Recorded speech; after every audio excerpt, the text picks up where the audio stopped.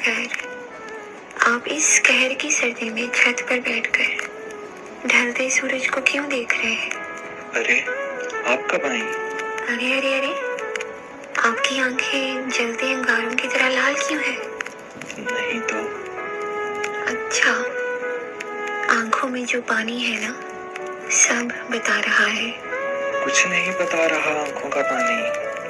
अच्छा चलिए, आप बता दें आखिर इस बदहाली की वजह। एक बात बोलूं, इतनी जलन है आंखों में कि दिल करता है निकाल कर बर्फ पर रख दूं।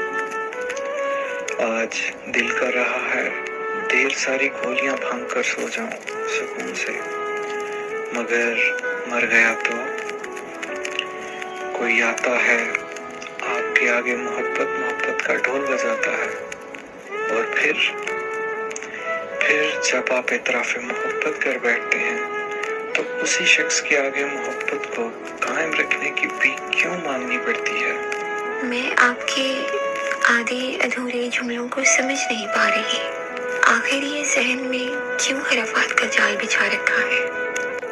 आपकी बातों का मेरे पास कोई जवाब नहीं है। बस जाते हुए इतना कहूँगा कि उसको तकता था तो खिल जाता था बीमार का चेहरा।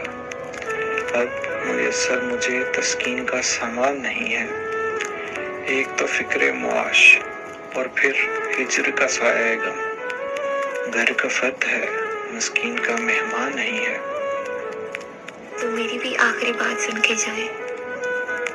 मैं आपको ये तो नहीं कह सकती कि आपकी सारी मुसीबतें खत्म कर दूंगी, लेकिन एक बात याद रखिएगा, जिस कश्ती के ना खुदा को मुसीबतों में या खुदा कहने की आदत हो ना, तो कसम खुदा की वो बाखुदा हो जाता है। कैसे पुकारूं अब खुदा को?